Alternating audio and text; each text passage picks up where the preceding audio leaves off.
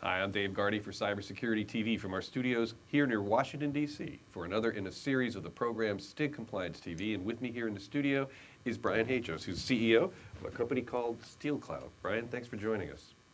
Thank you. Now, when it comes to cybersecurity, it seems that the whole emphasis has shifted from compliance to risk. What's the difference? Well, they're really interrelated.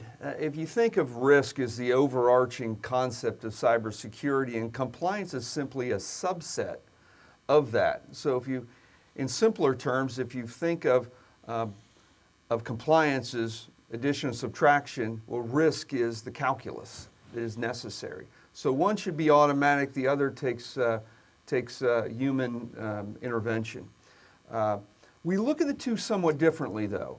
Risk, we usually look vertically from prioritization from top to bottom, whereas compliance, we look at it horizontally, so that we look at it all as kind of one lump sum, either do it or you don't do it.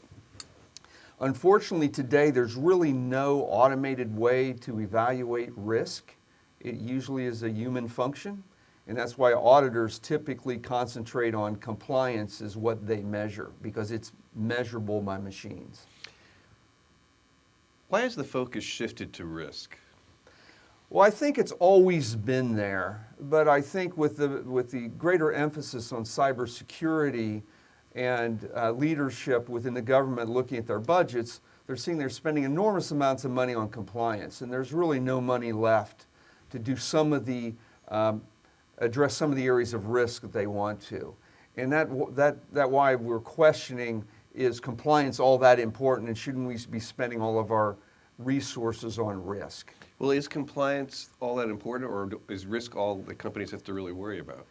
Well, you should really look at compliance as being that foundation.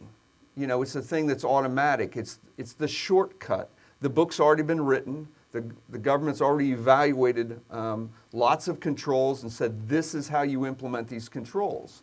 So if you look at compliance, should be the thing that's automated, and risk is the thing that requires humans.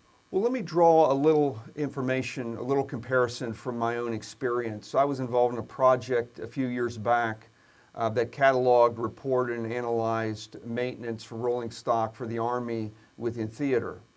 So we report on a bolt on a rotor that had to be replaced twice in a month, kind of innocuous, not an issue.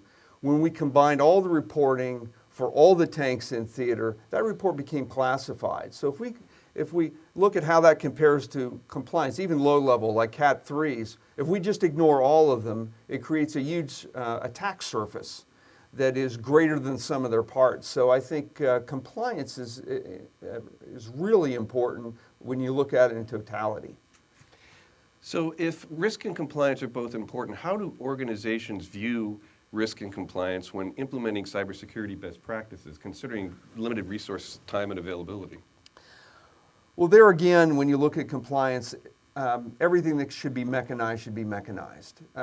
If we automated all the parts of compliance that should be automated, we wouldn't be having a discussion of compliance versus risk. So I think when leadership looks at compliance versus risk, they should have the machines do the things that machines can do, and have humans only do those things that only humans can do. And we've seen in the services with our new ITAS programs, they're really leaning toward that, taking their cybersecurity professionals out of doing mundane compliance work and moving them to the higher level areas of offensive and defensive cybersecurity. So if I understand what you're saying, it's not necessarily the differentiation of cybersecurity versus risk, but rather what can easily be mechanized versus what requires human attention. That's the way leadership should look at cybersecurity across the board. It's not risk versus compliance. It is what can humans do and what can machines do, and we should focus on having the machines do all of the areas it can do, and it primarily is in the area of compliance. So based on SteelCloud's experience, what advice do you have for the viewers?